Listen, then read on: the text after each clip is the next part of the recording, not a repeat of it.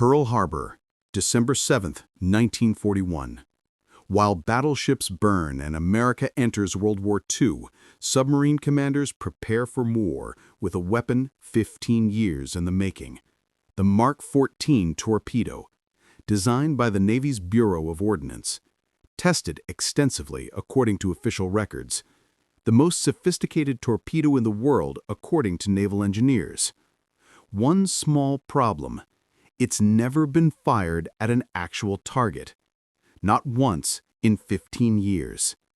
The Bureau of Ordnance conducted theoretical calculations. They ran hundreds of practice runs with dummy torpedoes. They tested components individually. But live-fired tests with real warheads against actual ships? Too expensive. Budget constraints, they said. Within weeks, submarine commanders across the Pacific will fire torpedoes at Japanese warships and watch them fail. They'll report the failures. The Bureau will accuse them of incompetence. For 2 years, American submarines will fight with a weapon that doesn't work, while bureaucrats insist the problem is the crews, not the design. This is the story of how institutional arrogance, budget shortcuts, and the assumption that theory equals reality cost American submariners their best chance to cripple Japan's Navy when it mattered most. If you want to see how a perfect on paper weapon becomes a combat disaster, smash that like button right now, hit subscribe, and drop a comment telling us what you think about cutting corners on testing. Because what happens next is a masterclass in why assumptions kill. Newport, Rhode Island. Naval Torpedo Station. 1926. The Bureau of Ordnance begins development of what will become the Mark 14 torpedo. The goal is ambitious: create a torpedo that can run deep, avoid detection, and explode beneath a ship's keel using magnetic influence detonation rather than direct contact. The technology is revolutionary. The Mark 6 magnetic exploder, called the exploder mechanism, uses Earth's magnetic field to detect when the torpedo passes beneath a steel hull. At that moment, it detonates, creating a devastating bubble effect that breaks the ship's back. Far more effective than a contact explosion against the side. On paper, it's brilliant. In controlled laboratory conditions, it works. The Bureau runs calculations. They test the magnetic sensor in static conditions. They fire practice torpedoes with dummy warheads and track their depth and course. Everything looks perfect. There's just one problem. Live fire testing is expensive. A single Mark 14 torpedo costs approximately $10,000 in 1930s dollars, equivalent to about $200,000 today. The warhead alone contains 643 pounds of Torpex explosive. Firing one at a target ship means destroying both the torpedo and potentially the target vessel. The Bureau's peacetime budget doesn't allow for that kind of expenditure, so they make an assumption. If the components work individually, the complete weapon will work in combat. The depth mechanism is tested separately. The magnetic exploder is tested in controlled conditions. The gyroscope guidance is verified mathematically. The contact backup exploder uses a proven design from earlier torpedoes. Each piece works. Therefore, the whole works. This assumption will prove catastrophic. By 1941, after 15 years of development, the Mark 14 enters service. Submarine commanders receive minimal training. Most have never seen the magnetic exploder. It's classified top secret. They're told it's revolutionary. They're told it's reliable. They're told to trust the Bureau of Ordnance. On December 7, 1941, when Japanese aircraft destroy the Pacific Fleet's battleships, submarines become America's primary offensive weapon in the Pacific. They're armed with a torpedo that's never been properly tested. Within days, the first failure reports begin.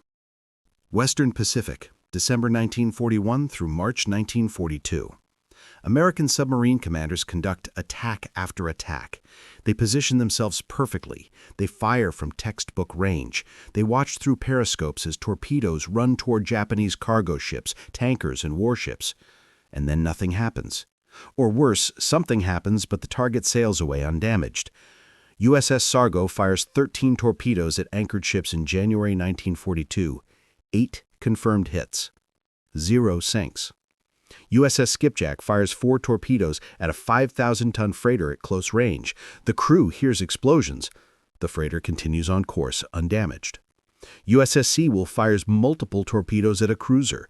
Premature explosions scatter the pattern. No damage. The reports flood back to Pearl Harbor.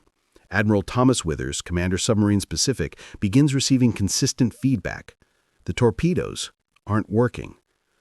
But the Bureau of Ordnance in Washington has a different explanation. Poor seamanship, incorrect firing solutions, operator error. The torpedoes are perfect. The submarine commanders must be incompetent. This institutional response is critical to understanding what happens next. The Bureau has invested 15 years and millions of dollars developing the Mark 14. Admiral William Blandy and other Bureau officials cannot accept that their weapon is flawed. To admit the torpedo has problems would be to admit their testing procedures were inadequate. To admit testing was inadequate would be to admit budget priorities were wrong. To admit any of this would be career-ending. So they blame the crews. Documents from this period show Bureau officials explicitly questioning the competence of submarine commanders who reported failures. These were experienced officers, many with years of service. They were being told they didn't know how to fire torpedoes. Meanwhile, in the Pacific, submarine crews are risking their lives to position for attacks, only to watch their weapons fail.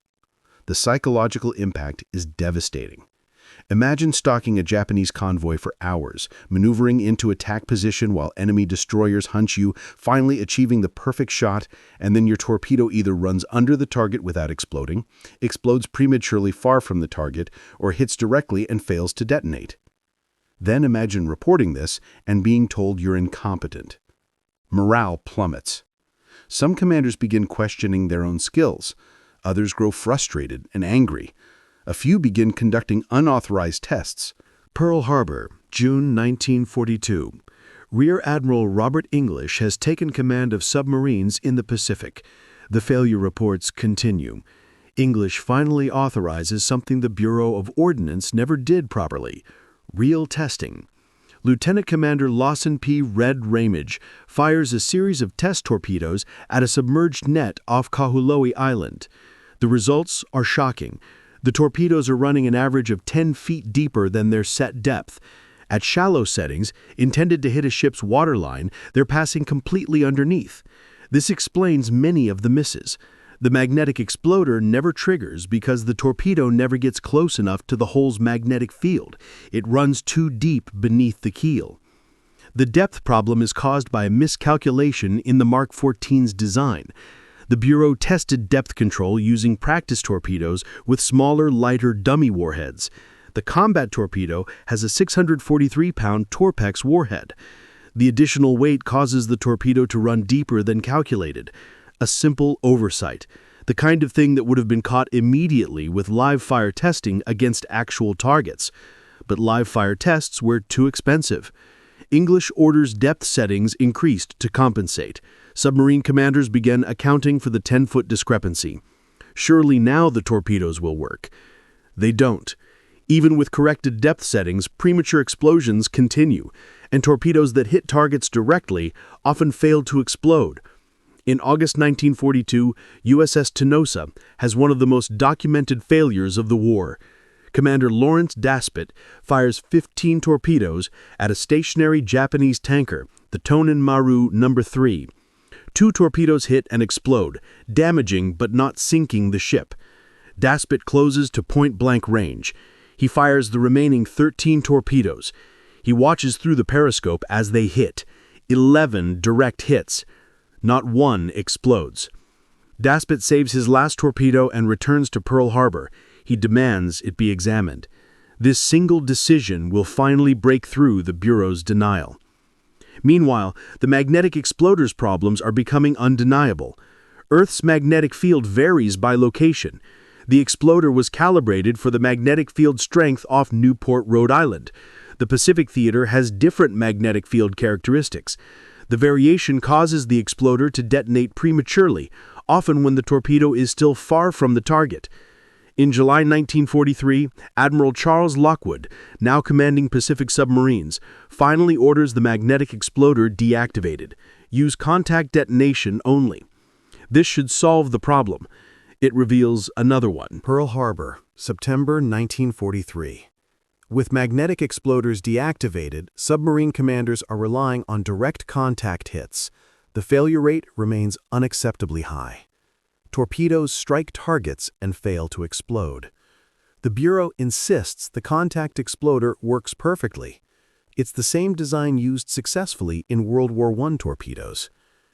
Commander Daspit's saved torpedo from the Tenosa attack becomes crucial evidence. It's examined at Pearl Harbor submarine base. Engineers conduct drop tests, releasing live torpedoes from cranes to strike steel plates at angles simulating combat impacts. The results are devastating. At impact angles greater than 45 degrees, meaning relatively direct hits, the contact exploder fails approximately 70% of the time. The firing pin, designed for slower World War I torpedoes running at 27 knots, cannot handle the Mark 14's 46-knot impact speed. On high-speed direct impacts, the firing pin deforms or shears off before triggering the detonator. It's a simple mechanical failure, the kind of thing that would have been discovered immediately with proper impact testing. But proper testing would have required firing expensive torpedoes at actual targets. In September 1943, nearly 2 years into the war, the Bureau of Ordnance finally authorizes modifications. The contact exploder is redesigned with a sturdier firing pin mechanism. Production and retrofitting begin. By late 1943 and into 1944, American submarines finally have torpedoes that work reliably. The impact on the war is immediate. Sinking rates increase dramatically. Japanese merchant shipping losses skyrocket. Supply lines to Japan's island garrisons are severed. By war's end, American submarines will have sunk approximately 1,300 Japanese merchant ships, totaling about 5.3 million tons. They'll also sink 1 battleship, 8 aircraft carriers, and 11 cruisers. These devastating results come after the torpedo problems are fixed. Historians estimate that if the Mark 14 had worked properly from December 1941, Japan's merchant fleet would have been crippled by mid-1942, potentially shortening the Pacific War by years. The human cost of the torpedo failures cannot be precisely calculated, but consider this. Every Japanese cargo ship that survived because a torpedo malfunctioned delivered supplies that sustained enemy forces. Every Japanese warship that escaped fed aircraft and troops that killed Allied soldiers. 52 American submarines were lost during World War II. Some were sunk while maneuvering to attack positions, unable to fire because previous torpedo failures had exhausted their loads. Some were destroyed by escorts after failed attacks revealed their positions. We cannot know how many would have survived with reliable weapons. The Mark 14 torpedo scandal is a case study in institutional failure. Not engineering failure. The engineers at Newport Torpedo Station were highly skilled. Not manufacturing failure. The torpedoes were precisely built to specifications. Institutional failure. The failure of leadership to prioritize proper testing. The failure of budgeting to allocate resources for validation. The failure of bureaucracy to accept evidence contradicting established positions. The Bureau of Ordnance operated under several fatal assumptions. First, that component testing equals system testing. The magnetic exploder worked in laboratory conditions, therefore it would work in combat. The depth mechanism worked with dummy torpedoes, therefore it would work with live warheads. Individual components working does not guarantee integrated system performance. This is Engineering 101, yet somehow it was ignored for 15 years. Second, that theoretical calculations can replace empirical testing. The Bureau had extensive mathematical models. They had simulations. What they didn't have was actual data from live weapons hitting real targets. Theory is essential, but theory must be validated by reality. Third, and most damaging, that acknowledging problems indicates weakness. When submarine commanders reported failures, the Bureau's response should have been immediate investigation. Instead, it was defensive denial. Protecting institutional reputation became more important than fixing the weapon. This pattern repeated at multiple levels. When evidence mounted, the Bureau minimized it. When unauthorized field tests proved problems, the Bureau questioned the testing methods. When undeniable proof finally forced changes, the Bureau moved slowly, reluctantly. By contrast, consider the German Type G7 torpedo or the British Mark VIII. Both had problems early in the war. Both navies conducted extensive testing, identified issues, and implemented fixes within months. The difference was institutional culture. Those navies prioritized operational effectiveness over bureaucratic face-saving. The lesson extends far beyond World War II torpedoes. In software development, the principle is test early, test often. In aerospace, it's test like you fly. In medicine, it's clinical trials under real-world conditions. The Mark 14 torpedo story is a warning about the cost of cutting corners on validation, about the danger of assuming theory equals reality, about the institutional arrogance that refuses to acknowledge error. The torpedo eventually worked. American submarines became the most effective force in the Pacific. But it took 2 years of combat failures, institutional resistance, and unauthorized field testing by frustrated commanders to get there. 2 years that could have been avoided with a handful of live-fire tests in 1940. The Mark 14 torpedo, 15 years in development, never properly tested. 2 years of combat failure, finally fixed when field commanders forced the issue. Hit that like button if this story teaches you something about the importance of proper testing. Subscribe and turn on notifications because these lessons matter. Drop a comment right now about a time when cutting corners on testing came back to haunt you. Engineering excellence isn't about perfect theory. It's about validating that theory against reality, accepting evidence even when it's inconvenient, and prioritizing what works over what looks good on paper. Thanks for watching.